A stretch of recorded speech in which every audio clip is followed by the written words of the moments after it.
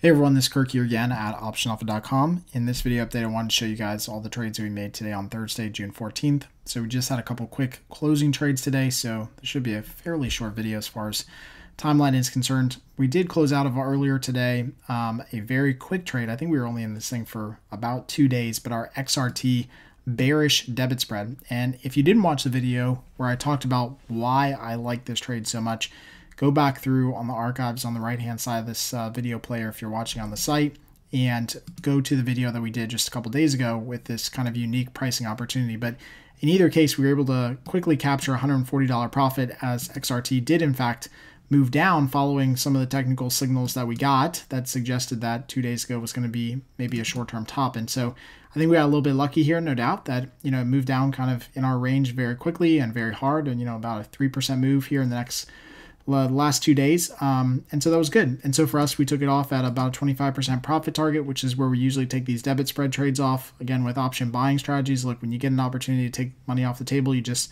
have to take it and not be too greedy. As far as other trades, like we mentioned just the other night, we went ahead and took off both of our remaining positions in IWM and the Qs that we could not roll.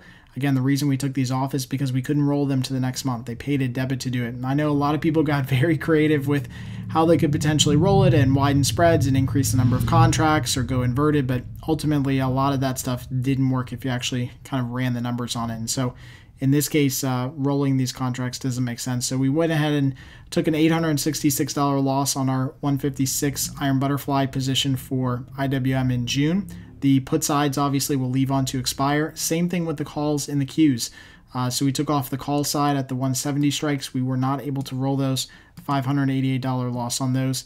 Ultimately, I think in this case for both of these, the market just moved a little bit too far this month, right? So it had a really, really good month from last month and has moved up considerably. And so just kind of, went beyond where our break evens and strike prices were for these positions. So it is what it is. It's just another month in the books here for us. And so we're totally clean of June and moving on to July and starting to build out August this week as well. So as always, if you guys have any questions, let me know. Until next time, happy trading.